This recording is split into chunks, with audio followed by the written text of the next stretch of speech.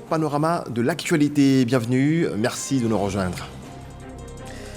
Le ministre d'État, ministre de la Défense est en Belgique. Téné Birahima Ouattara prend part à la deuxième édition du Forum Schuman sur la sécurité et la défense.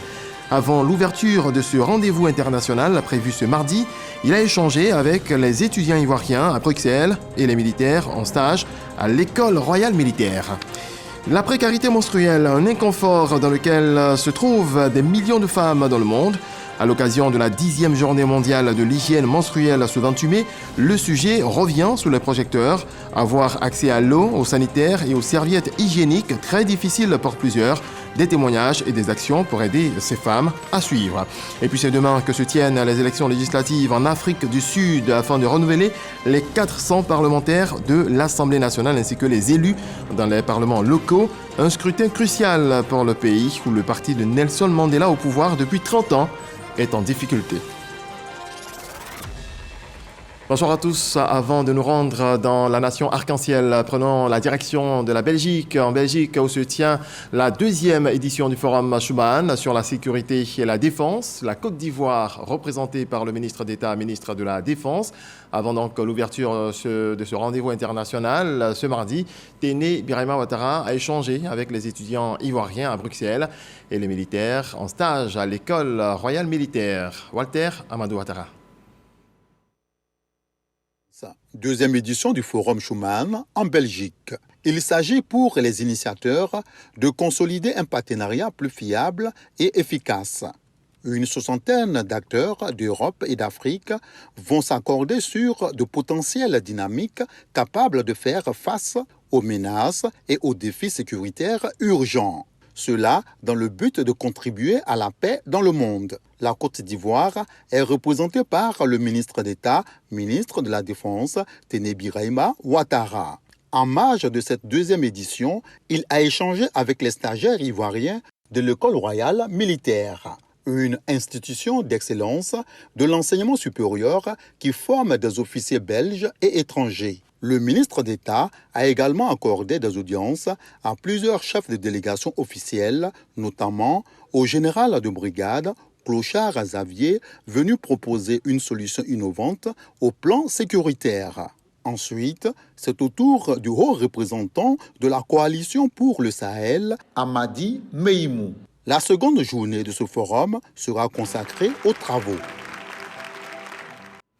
Le premier vol des candidats au Hajj du contingent étatique a quitté l'aéroport international Félix Houphouët-Boigny dans la nuit d'hier. Avant leur départ, les futurs pèlerins ont reçu la visite du ministre de l'Intérieur et de la Sécurité, accompagné de l'ambassadeur d'Arabie Saoudite et du président du COSIM. Parga se reconnaît. Terminal 2 de l'aéroport international Félix Houphouët-Boigny. Il est un peu plus de 21h. Ces candidats au Hajj doivent dans peu de temps embarquer pour la Terre Sainte d'Arabie Saoudite afin d'accomplir le 5e pilier de l'islam, le Hajj. Ces futurs pèlerins, avant leur départ, ont reçu la visite du ministre de l'Intérieur et de la Sécurité. Le général Wagondu Diomandé est allé leur apporter le soutien du président de la République, Alassane Ouattara. Disons merci à son Excellence El Hadj Alassane Ouattara, président de la République de Côte d'Ivoire, qui a tout mis en œuvre pour que le pèlerinage auquel nous allons participer se déroule dans d'excellentes conditions. Que le pèlerinage que nous allons conduire à partir de ce soir et qui a suscité tant d'engagement de la part de chacun d'entre nous, que ce pèlerinage-là soit exaucé. Le ministre de l'Intérieur et de la Sécurité avait à ses côtés le guide suprême de la communauté musulmane de Côte d'Ivoire, président du COSIM, Cheikh Aïma Ousmane Diakité, et l'ambassadeur du Royaume d'Arabie Saoudite en Côte d'Ivoire. Ils n'ont pas manqué de féliciter le chef de l'État pour son implication dans la réussite de l'organisation du Hajj. Le premier vol est sorti. On a remarqué que c'était génial, c'est bien passé. On remercie le côté ivoirien et sur la tête Monsieur le Président, Alassane Ouattara, de le travail qu'ils ont fait. Nous sommes venus aujourd'hui pour remercier Dieu, remercier le président de la République et tous les acteurs. Et nous remercions aussi les autorités de l'Arabie Saoudite. C'est avec beaucoup de bonheur et beaucoup d'émotion en même temps que nous sommes là. Et nous avons demandé aux pèlerins de prier, chacun pour soi, certainement, mais chacun aussi pour la Côte d'Ivoire. Heureux, les candidats au Hajj ont à leur tour promis prier pour les filles et fils du pays et pour le développement de la Côte d'Ivoire. Qui fait les prières ne doit pas également oublier le pays dans lequel il est, parce que lorsque le pays se porte très bien, c'est tous les citoyens qui se portent très bien. Aller en Terre Sainte, c'est un appel de Dieu. Prier au nom de tout le monde, prier pour la Côte d'Ivoire, prier pour toutes les autorités. Selon le commissariat du Hajj, ce sont au total 15 vols qui vont décoller de l'aéroport international Félix Houphouët-Boigny pour la Terre Sainte d'Arabie Saoudite. C'est une opération qui permettra de contrôler les présences au poste de travail et d'assurer une parfaite maîtrise des effectifs. La ministre d'État, ministre de la fonction publique, vient de lancer le projet de recensement biométrique des fonctionnaires et agents de l'État. Grace Kando. À travers ce geste, la ministre d'État, ministre de la fonction publique et de la modernisation de l'administration, lance officiellement le recensement biométrique des fonctionnaires et agents de l'État. Ce projet de crédibilisation du processus de gestion des ressources humaines vise à assurer une parfaite maîtrise des effectifs et de la masse salariale dans l'administration publique. Les contrôles de présence ont été réalisés par le SIGFAE en 2016 et en 2019. Et la dernière opération était en 2023. Ce qu'on a pu noter, c'est que ces opérations ont permis de relever un taux d'absentéisme dans nos services publics en régression. On est passé donc de 3,18% en 2019 à environ 1% de taux d'absentéisme en 2023. Cela montre un effort qui est fait au niveau donc de l'encadrement et du resserrement de la discipline. Cette opération s'étend aux 298 000 fonctionnaires et agents de l'État. Le mode opératoire a été présenté. Notre contrôle de présence aujourd'hui, ça va se faire avec un terminal que nous avons. Le terminal va permettre tout simplement aux fonctionnaires de venir de façon physique, à poser son doigt sur le terminal. Ces données vont apparaître et ça va dire effectivement qu'il est contrôlé. Le fonctionnaire aura l'élément dans son espace fonctionnaire pour dire que vous avez été contrôlé présent. Et cela tout simplement parce qu'il a eu à poser son empreinte de façon physique qui match ces données avec ceux du système intégré de gestion des fonctionnaires et agents de l'État. Ce concept invite le fonctionnaire au principe d'éthique et de déontologie de la fonction publique en qualité d'agent du service public. Choisir d'abandonner son poste et dans le même temps de faire en sorte de pouvoir bénéficier de son traitement salarial, c'est un mauvais choix. Choisir de couvrir son collaborateur alors qu'on a conscience qu'il ne travaille pas, qu'il ne vient pas. Il triche avec son administration. Il perturbe le bon fonctionnement de son administration. Puisque nous savons désormais que chaque fonctionnaire doit être à un poste. Et quand vous n'êtes pas à un poste, vous créez un problème à la chaîne de fonctionnement de votre administration. Nous ne pouvons pas continuer de choisir cette complicité passive. De 2011 à 2013, il a été procédé au recensement général des fonctionnaires et agents de l'État, à l'issue duquel 3 698 agents en situation litigieuse ont été sortis des effectifs, dont 1848 qui ont vu leur salaire mis sous contrôle aux fins de vérification. Et c'est pour toutes ces bonnes pratiques que la Côte d'Ivoire est prise en modèle dans plusieurs domaines. Dans la formation professionnelle, la Guinée-Bissau est à l'école ivoirienne. Une délégation conduite par Henri Mané, ministre de l'Éducation nationale et de l'Innovation scientifique, séjourne en Côte d'Ivoire pour 5 jours. Amidia Rassouba, Arnaud Kofi. Le ministre de l'Éducation nationale et de l'Innovation scientifique de la Guinée-Bissau est en visite de travail et d'amitié en Côte d'Ivoire. Henri Mané a une séance de travail avec son homologue ivoirien, Nguessan Kofi, ministre de l'enseignement technique, de la formation professionnelle et de l'apprentissage. Avec sa délégation, il est venu s'imprégner du modèle ivoirien en matière de formation professionnelle.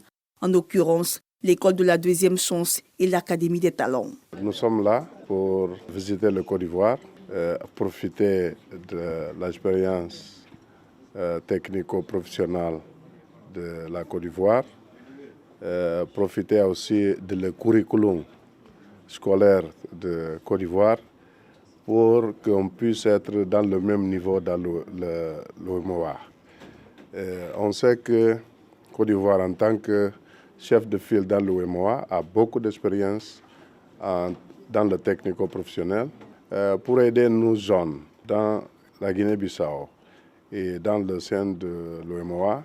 Je voudrais remercier le président Sissoko Ambalo qui a autorisé son collaborateur, le ministre Eri Mané, à venir en Côte d'Ivoire pour s'enquérir un peu de notre expérience en matière de formation professionnelle, surtout aussi de l'enseignement technique et d'apprentissage, afin qu'on puisse avoir des projets communs. Ces projets seront destinés à renforcer les capacités des enseignants de nos deux pays respectifs, mais aussi à renforcer les capacités des jeunes de la Guinée-Bissau dans certaines structures en Côte d'Ivoire. Plusieurs rencontres et séries de travail attendent la délégation bissau-guinéenne à Abidjan.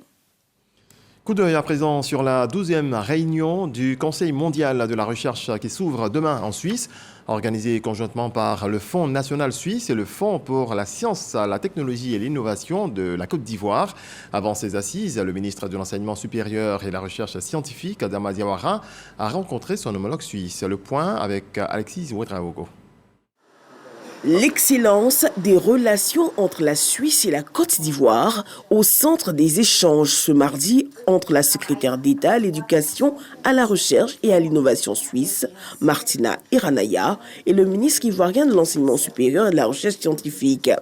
L'occasion pour eux de passer en revue les projets financés par la Suisse en Côte d'Ivoire. Nous avons vraiment une très bonne relation concernant la recherche et l'innovation. C'est important qu'il y ait la possibilité d'avoir un échange entre les différentes organisations de recherche en Europe, en Afrique, en Asie, pour trouver des solutions, pour travailler ensemble. Le ministre Adama Diawara a remercié la Confédération pour son appui au développement de la recherche en Côte d'Ivoire. Nous avons surtout remercié la partie suisse d'avoir organisé cette rencontre internationale, j'aurais dit en partenariat entre le Fonds national suisse et le FONSTI, le Fonds pour la science, la technologie et l'innovation, qui est notre mécanisme ivoirien de financement pérenne de la recherche. Et ensuite, nous avons remercié infiniment la Suisse de nous avoir permis de mettre en place le PASRES, le programme d'appui stratégique à la recherche scientifique, avec un capital de 5 milliards de francs CFA. Ce capital qui nous a permis de créer par la suite le FONSTI. Aujourd'hui, comme je l'ai dit, ce mécanisme de financement pérenne de notre recherche scientifique, parce que c'était un maillon qui manquait, un maillon essentiel qui manquait à notre système de recherche scientifique. Les deux personnalités proposeront leur vision à la 12e assemblée annuelle du Global Research Council qui s'ouvre ce mercredi en Suisse. Et avant le démarrage des travaux, suivons cette rencontre des experts qui planchent sur la durabilité de la recherche. Une soixantaine d'organismes de financement réfléchissent. Alexis Ouedraogo. 3 problématiques seront au centre de cette assemblée du Global Research Council, Conseil mondial de la recherche. Comment la recherche contribue-t-elle au développement durable? Comment concevoir une recherche durable? Et enfin, comment mettre les résultats de la recherche au service du développement durable tant au niveau politique que de la société? Une soixantaine d'organismes de financement et des experts planchent déjà sur ces questions. Les défis sont énormes. Nous avons organisé cet événement parallèle sur le thème de la décolonisation de la science, et en particulier sur le thème du partenariat ou des inégalités dans le partenariat entre le Nord et le Sud et entre les grandes entités et les petites entités. Parce qu'on estime qu'un équilibre dans le partenariat est absolument indispensable pour prendre en compte différentes perspectives et donc assurer la durabilité des schémas de développement qui sortent des recherches en collaboration. Des événements parallèles se tiennent depuis 2 jours au centre de conférence Cursal, des échanges et partages d'expériences avant l'ouverture de cette 12e édition de ces assises, organisées conjointement par le FNS, le Fonds national suisse et le FONSTI, le Fonds pour la science, la technologie et l'innovation de Côte d'Ivoire.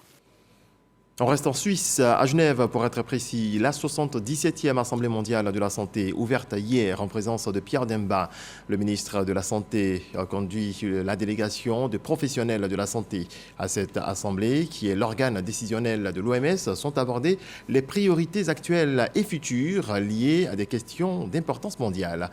Hugues Hervé Blé, envoyé spécial. Genève, Office des Nations Unies, l'Assemblée mondiale de la santé ouvre ses portes aux ministres de la Santé, aux experts et aux organisations non gouvernementales des États membres de l'OMS. Le ministre de la Santé, de l'Hygiène publique et de la couverture maladie universelle, Pierre Demba, conduit la délégation ivoirienne. Le thème de cette année retenu, c'est tous mobilisés pour la santé pour tous, qui montre bien qu'aujourd'hui, dans le monde, aucun pays seul ne peut lutter véritablement contre les épidémies et les maladies. Même quand vous n'avez pas d'épidémie, lorsque vous avez un système de santé qui est efficace, vous n'êtes pas à l'abri tant que les autres autour de vous peuvent avoir des maladies qui peuvent contaminer des populations venant de ces pays vers votre pays. L'Assemblée mondiale de la santé est l'organe décisionnel de l'OMS décidant des priorités actuelles et futures liées à des questions d'importance mondiale. Ici, c'est vraiment le lieu de faire l'état des lieux des maladies dans le monde, mais en même temps de profiter des innovations nouvelles. Nous avons toutes les découvertes qui sont en train de se faire, qui vont peut-être amener des solutions à des maladies aujourd'hui très graves comme le cancer, etc. Mais en même temps, ça donne l'opportunité à chaque pays de se prononcer sur des règlements qui régissent le système sanitaire dans le monde pour que nous puissions avoir des réglementations communes qui protègent tout le monde. Pour assurer et protéger la santé de tous, le directeur général de l'organisation, Tedros Adhanom Ghebreyesus, s'est dit confiant pour, entre autres, l'adoption d'un accord mondial sur les pandémies, ouvrant les travaux de la 77e Assemblée mondiale de la santé. Elisabeth Born-Schneider, la conseillère fédérale chargée de la santé de Suisse, ne manquera pas de souligner le besoin d'une OMS forte. La précarité menstruelle, un inconfort dans lequel se trouvent des millions de femmes dans le monde. À l'occasion de la 10e journée mondiale de l'hygiène menstruelle ce 28 mai, le sujet revient sous les projecteurs. Avoir accès à l'eau, aux sanitaires et aux serviettes hygiéniques, très difficile pour plusieurs. Des témoignages de jeunes filles, mais aussi des initiatives pour réduire la précarité menstruelle. Dans cet élément de Khalil Dimondé et Franck Kofi. Sephora s'est réveillée ce matin avec des règles douloureuses. Sa période de menstruation vient de débuter, mais les réserves d'eau du foyer sont quasiment épuisées. Difficile pour elle de faire convenablement sa toilette intime. Je suis dans une zone où il y a assez de coupures d'eau. Or, actuellement, je suis dans ma période de menstruation et je saigne beaucoup. Je manque d'eau pour pouvoir me nettoyer à chaque fois. C'est un peu difficile. La jeune fille n'est pas que confrontée au problème d'accès à l'eau pendant sa menstruation. Se procurer des serviettes hygiéniques est aussi une autre paire de manches. Elle utilise des morceaux de pagne comme alternative. Les serviettes hygiéniques, c'est un budget aussi. Moi, je suis quelqu'un, je saigne beaucoup, donc j'ai besoin de beaucoup. Donc c'est un budget assez lourd pour moi, donc je préfère utiliser les pagnes. Sephora fait partie des 500 millions de filles et de femmes qui rencontrent chaque jour des difficultés pour vivre leur menstruation dans de bonnes conditions. À l'occasion de la 10e journée internationale de l'hygiène menstruelle, elles se sont réunies pour un partage d'expériences et de sensibilisation à Yopougon. Personnellement, quand mes règles viennent, je saigne beaucoup. Quand ça me prend en classe comme ça, je sors, je mets aux toilettes, je retourne, Mes camarades me regardent, mes sœurs, mais depuis là, elles sortent dans la classe, elles la croient. Ça se fait que ici, je n'ai tout le monde. Donc, pendant ces périodes, je préfère rester à la maison. Mes premières règles sont venues à l'âge de 12 ans. Je venais à peine d'avoir mon entrée en 6e. J'avoue que ça n'a pas été évident parce que mes amis n'étaient pas forcément habitués. Ils se demandaient mais pourquoi toi tu essaies de pousser beaucoup plus vite? Pourquoi tu es comme ça? Pourquoi tu es si? On m'appelait même la précocité. C'était un peu compliqué, c'était un peu difficile à vivre. À cette tribune, l'OCF et ONU Femmes appellent à briser les tabous et à promouvoir des solutions durables. Avoir les règles, c'est normal. C'est normal qu'on ait des jupes tachetées et quand ça coule, ce n'est pas de notre faute. Les alternatives de protection ne sont pas accessibles pour tout le monde. On peut voter des lois, même en Côte d'Ivoire, de rendre accessibles ces serviettes. Quand vous allez dans une école, quand vous demandez des toilettes, vous allez certes trouver des toilettes, mais vous allez rarement trouver des toilettes bien faites pour les filles. Les serviettes jetables ont un coût économique énorme. Pour certaines familles, 1 000 francs, 2 000 francs. Donc de plus en plus, la solution est l'une des solutions durables, c'est d'utiliser des serviettes réutilisables. La conception des serviettes hygiéniques réutilisables, Andrea Avi en a fait sa spécialité depuis 3 ans. en vue de réduire le taux de précarité menstruelle. Il y a de nombreuses jeunes filles en zone urbaine comme rurale qui n'ont pas les moyens de s'offrir 1, 2, voire plusieurs paquets de serviettes hygiéniques pendant leur menstruation. Et avec cette initiative des serviettes réutilisables, je permets à ces jeunes filles-là de pouvoir avoir des protections qu'elles peuvent utiliser sur une année. Nous nous faisons accompagner par des médecins pour des protections plus saines, plus sûres. Andrea dit être prête à mettre ses compétences au service des pouvoirs publics afin de remédier aux difficultés d'accès aux serviettes hygiéniques. Selon une étude menée par le CNDH en 2021, 10 000 femmes détenues à la MACA ne recevaient pas de protection périodique au cours de leur menstruation. Voilà, les filles et la précarité menstruelle, un sujet signé Khalil Diomandé. Notre dossier complice ce mardi s'intéresse au plan national de développement et ses questions. Pourquoi la Côte d'Ivoire se dote régulièrement de plans nationaux de développement? Quelles sont les réalisations et les défis du PND 2021-2025? Quel est le regard des partenaires techniques et financiers de la Côte d'Ivoire sur la trajectoire de son développement? Quelques éléments de réponse avec Dangui Dangui.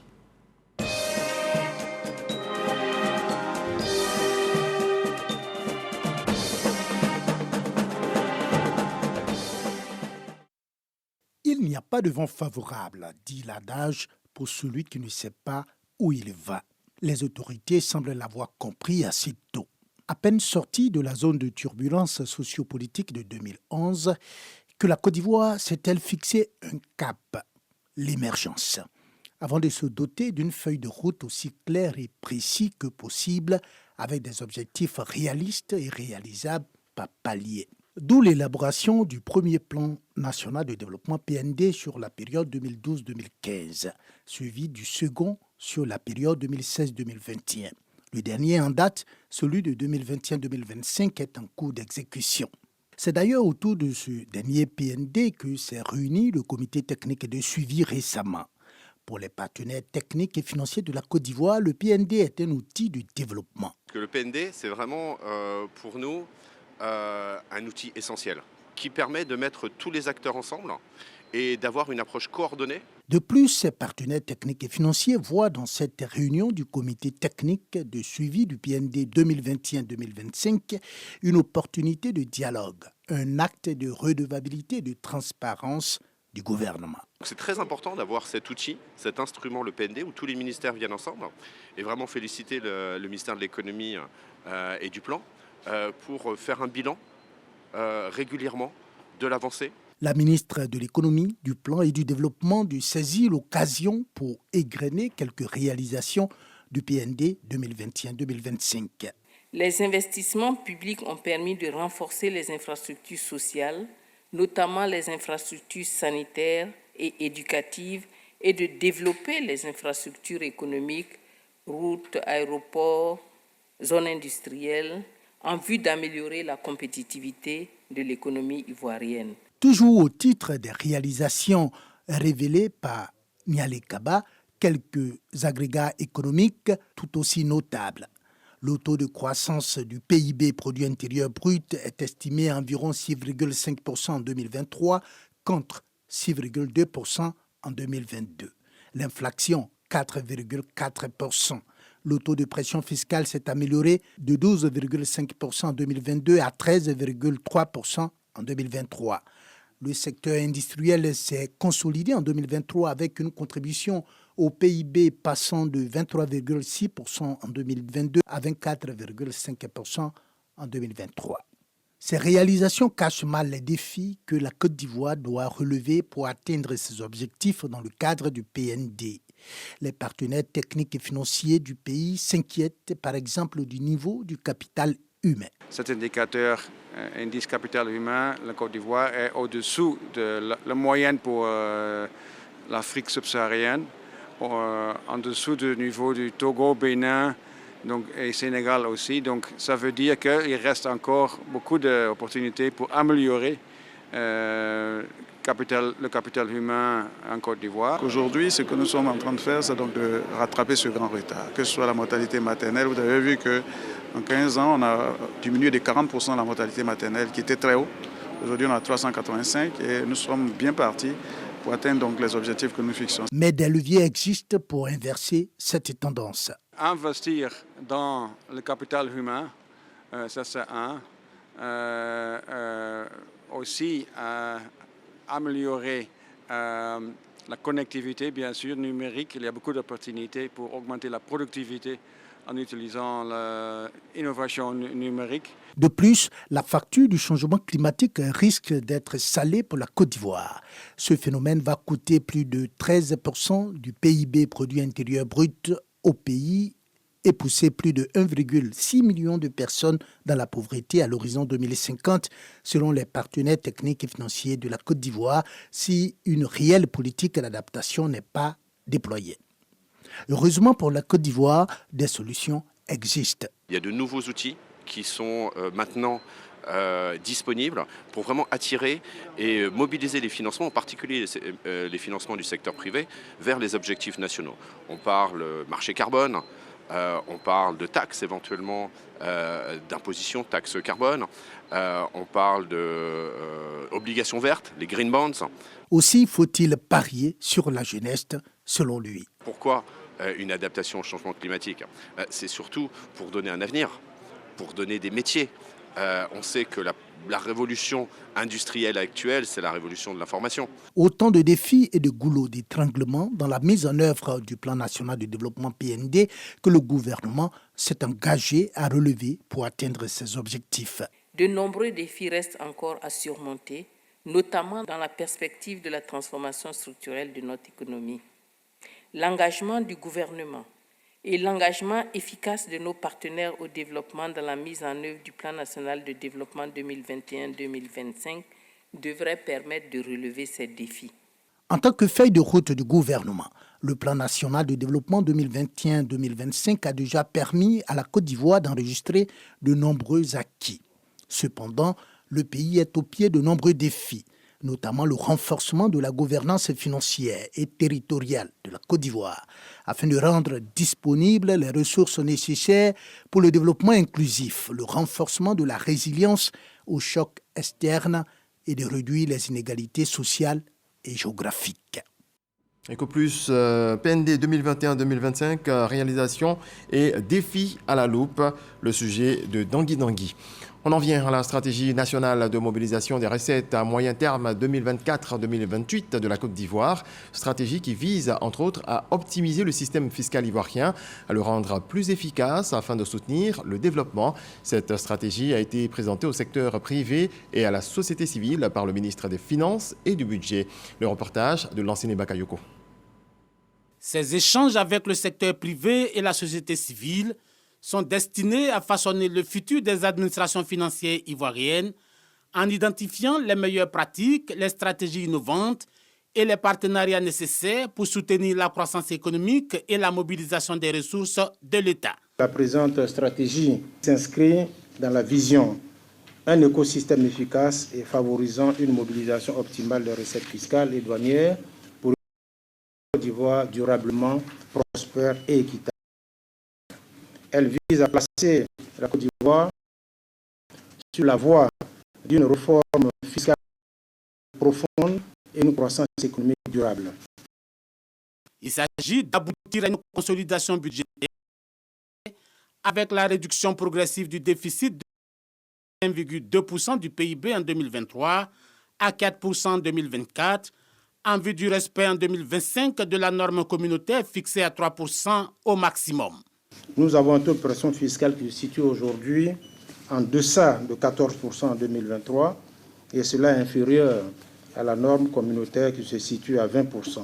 Ce taux qui est également inférieur à la moyenne de l'UEMOA estimée à 14,5% en 2023 met en lumière la nécessité de se doter d'une stratégie qui fédérera et coordonnera l'action des douanes, des impôts et du Trésor.